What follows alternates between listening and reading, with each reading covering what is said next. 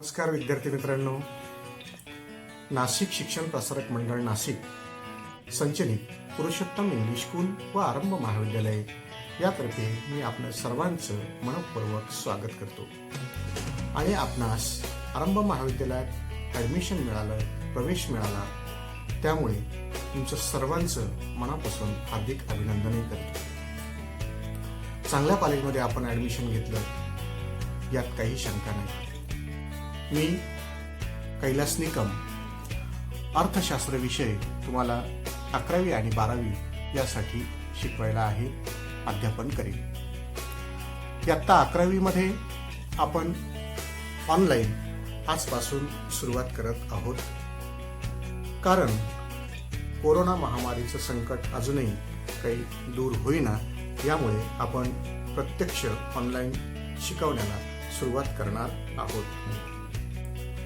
मी आणि माननीय खताळे सर दोघं मिळून आपण अर्थशास्त्रातील सर्व पोर्शन समजावून घेऊ.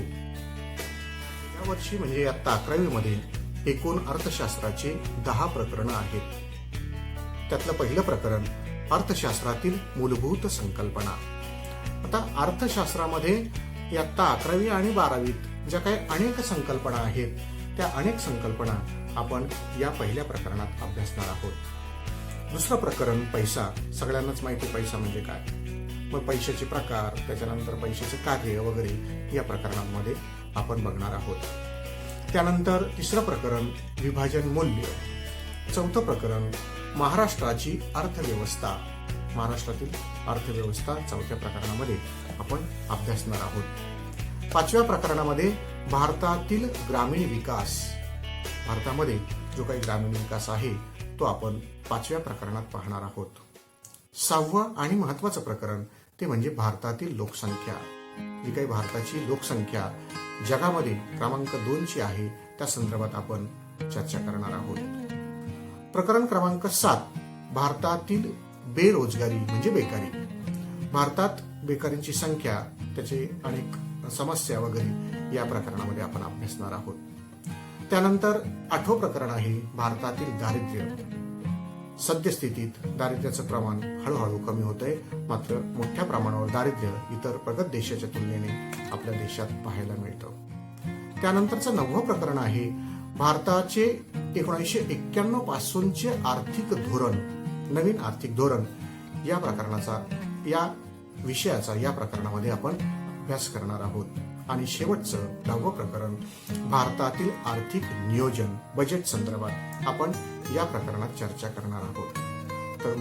तर मग पहिल्या प्रकरणाला आपण आज सुरुवात करूया. प्रकरणाचं नाव आहे अर्थशास्त्रातील मूलभूत संकल्पना. विद्यार्थी मित्रांनो, आज आपण शास्त्र म्हणजे काय, अर्थशास्त्र हे सामाजिक शास्त्र कसे आहे, त्याचप्रमाणे अर्थशास्त्राच्या विविध व्याख्या अभ्यासणार आहोत. शास्त्र ही एक पद्धतशीरपणे मांडणीची ज्ञात शाखा आहे आणि शास्त्राचे मुख्य 2 प्रकार पडतात. यातला पहिला प्रकार नैसर्गिक शास्त्र आणि दुसरा प्रकार सामाजिक शास्त्र. आता नैसर्गिक शास्त्र म्हणजे काय की ज्या शास्त्रातील नियमांना वैश्विक मान्यता आहे, म्हणजे विश्वातून त्यांना मान्यता आहे आणि या नियमांची सत्यता बंदिस्त प्रयोगशाळेमध्ये नियंत्रणाअंतर्गत पुन्हा पुन्हा पडताळता येते, अशा शास्त्राला नैसर्गिक शास्त्र म्हणतात. आता प्रयोग व अनुमान यावर आधारित अभ्यासामुळे या शास्त्राला तंतोतंत शास्त्र असेही म्हणतात, कारण येणारे निष्कर्ष हे 100% खरे असतात.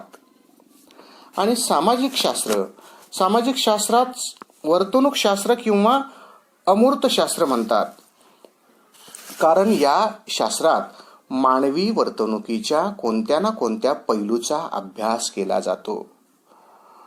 अर्थशास्त्रामध्ये मानवी आर्थिक घटकांचा अभ्यास केला जातो, म्हणून अर्थशास्त्राला सामाजिक शास्त्र असेही म्हणतात. मात्र मानवी वर्तणूक ही एक बंदिस्त प्रयोगशाळेसारखी अभ्यासता येत नाही किंवा ती सर्व व्यक्तींच्या बाबतीत सारखी येत नाही. मात्र हे नियम मानवी प्रवृत्तीच्या संदर्भाने केलेले सर्वसाधारण विधाने मानली जातात. कौटिल्य यांच्या अर्थशास्त्रीय दृष्टिकोनात कौटिल्य यांच्या मते अर्थ म्हणजे संपत्ती आणि शास्त्र म्हणजे विज्ञान. म्हणूनच अर्थशास्त्र म्हणजे संपत्तीचे संपादन आणि व्यवस्थापन.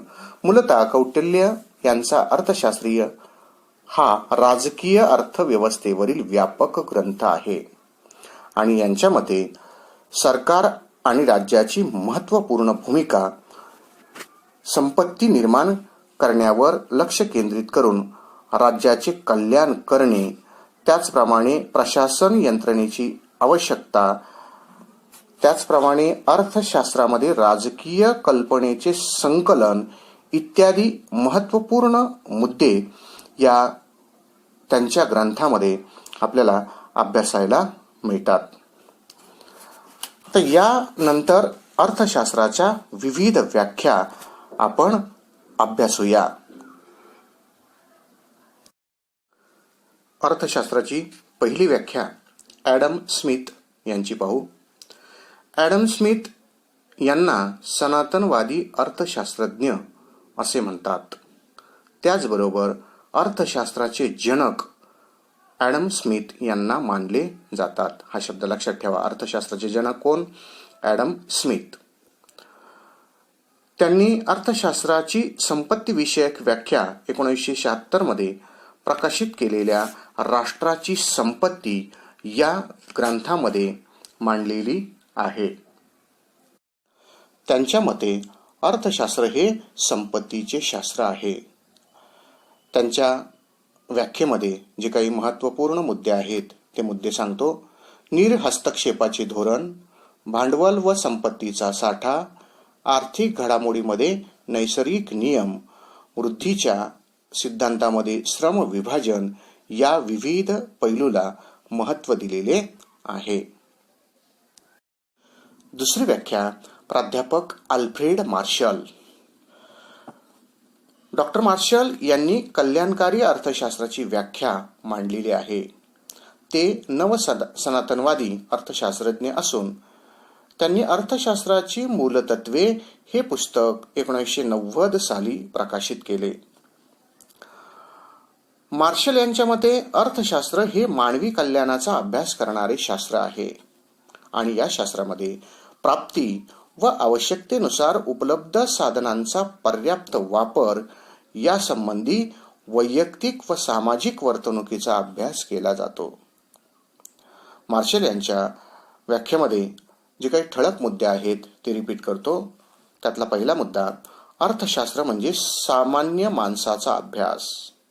दुसरा मुद्दा, अर्थशास्त्र म्हणजे आर्थिक वर्तनाचे शास्त्र. आणि तिसरा मुद्दा, अर्थशास्त्र म्हणजे भौतिक कल्याणाचा अभ्यास. चौथा मुद्दा, अर्थशास्त्र केवळ संपत्तीचा अभ्यास नाही.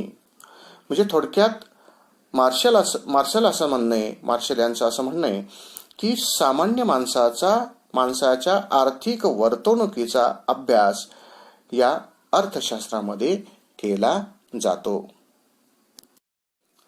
तिसरी आणि महत्वाची व्याख्या लिओनेल रॉबिन्स यांची आहे.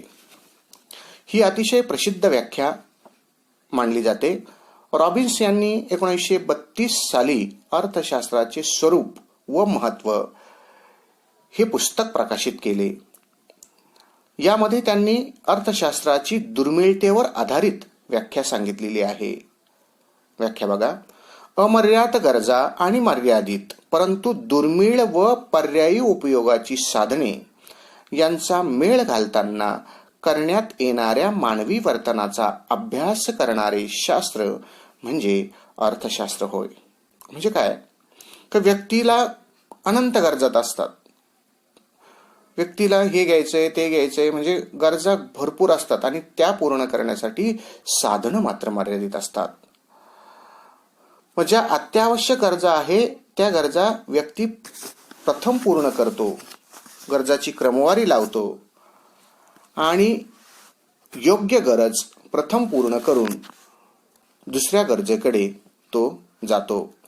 आणि मर्यादित साधनांमुळे अमर्याद गरजा यांचा मेळ घालताना जे वर्तन करतो त्या वर्तनाचा अभ्यास करणारे शास्त्र म्हणजे अर्थशास्त्र होय.